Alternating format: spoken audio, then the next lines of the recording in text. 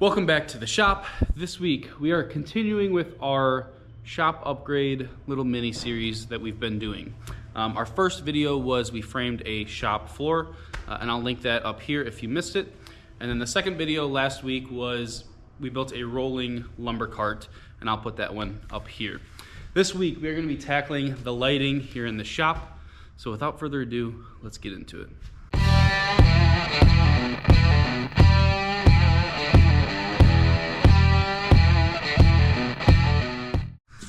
All right, so some of you who have been around for a couple videos may have noticed, I know I have when I've been editing, but there's a lot of shadows in the shop. And a lot of that has to do with, there's no actual lights over the workbench, but as you can see here, like if I'm building something, I'm working in a complete shadow typically.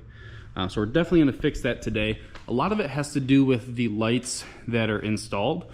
So when I bought this house, this barn just had like light bulbs. So I upgraded to these, I'm not even sure what they're called. I'll link them down below. But essentially they put off a lot more light than just a normal light bulb would, but it's not enough.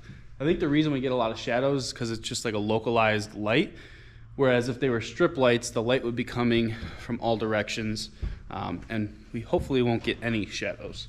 So the lights we're gonna be going with, I've been monitoring some strip lights, and I found these Barrina is the brand, LED tube strip lights. And these are 8 foot long, and there's 10 of them. I got a really good deal on Black Friday or Cyber Monday, I don't remember which one. But as you can see, they're huge, very long LED strip lights. They're the same color temperature and have more lumens than those, so we should be really happy with these. So I think the plan is I have 10 lights, and I have 5 big truss here in the shop. So I think what I'm gonna do is, if we look at this truss, I'm gonna do an 8 foot light. I'm gonna leave that middle light and then do another 8 foot light along there. So we'll have an 8 foot light, that middle, and then another 8 foot.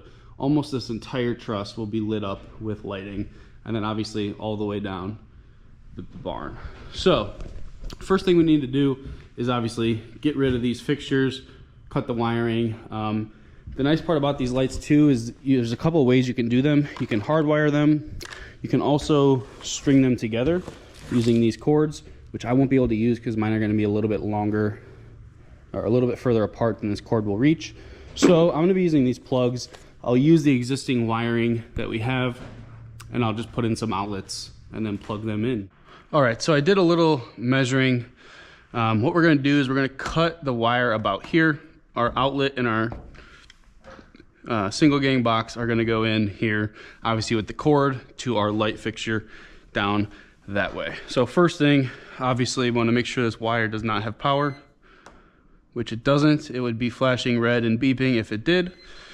So I'm going to go ahead, get this wire all cut, give us enough room. So this will all just be extra that we can keep. So we'll get that taken down in a little bit here. Like I said, it's gonna go probably about here.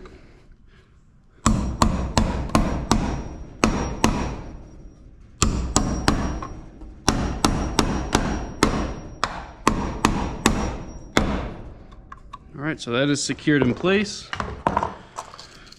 Now we gotta feed our wires through that hole. I should have done it before I curled these, but it should be fine.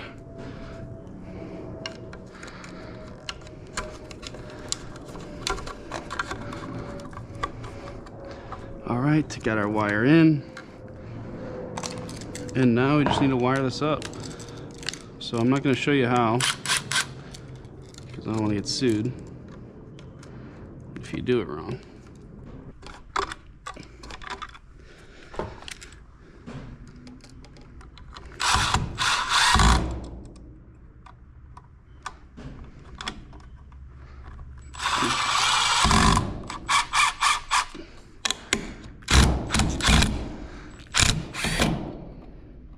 All right, so I don't know if I touched on it, but these lights come with these clips and screws. So you just screw this to your, obviously our ceiling joist, and then these just clip in like so.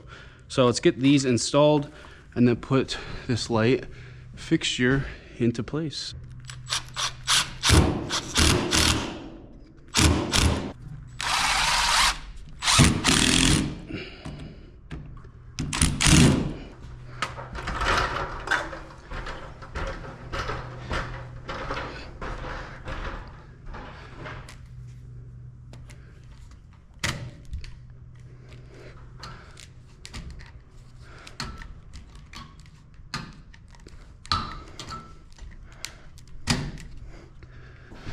All right, so we got our outlet in, wired up, ready to go.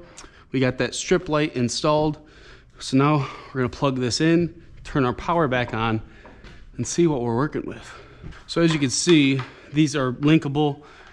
Also, this is how we install our power supply. So we'll plug that in. I have a lot of slack, so I'm going to wrap this around a few times and then plug it in. There is a switch, I'm not sure which one's on, so let's turn the power back on and then we'll play with it.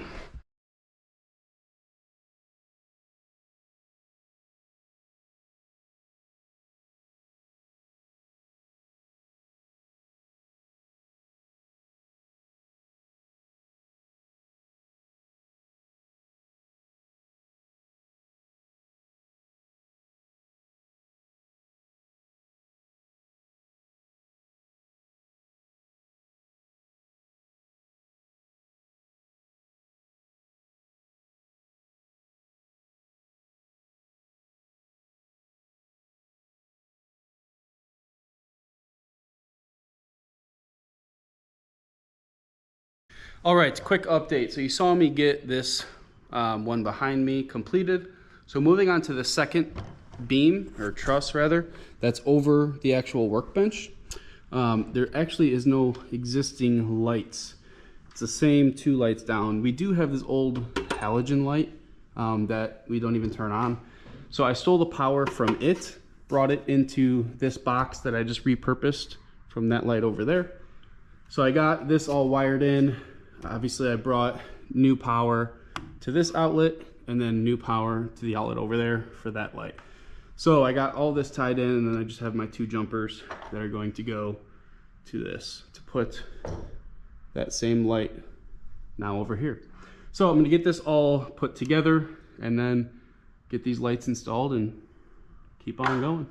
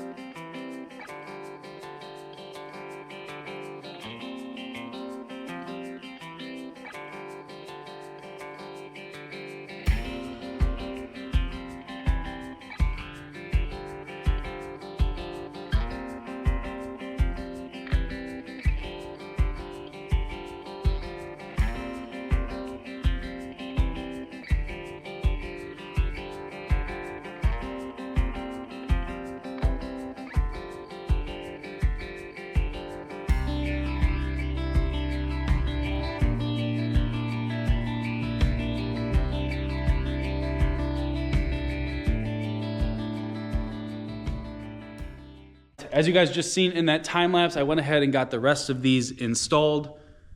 And as you can already tell, it is a huge difference from before. I'll grab a clip from a previous video and put it in right here so you can kind of see the difference. But if you're considering it, you should absolutely do this. I'll link the kit below. I believe it was like 170 bucks to get everything. So you should absolutely do it. But that is going to do it on this one. Thank you guys for watching. Make sure you like this video if you enjoyed it. Make sure you're subscribed. We have new videos every single week. Little sneak peek of next week's video. And we have a huge series starting very, very soon. Thank you guys for watching. I do appreciate it very much. And we'll see you next week.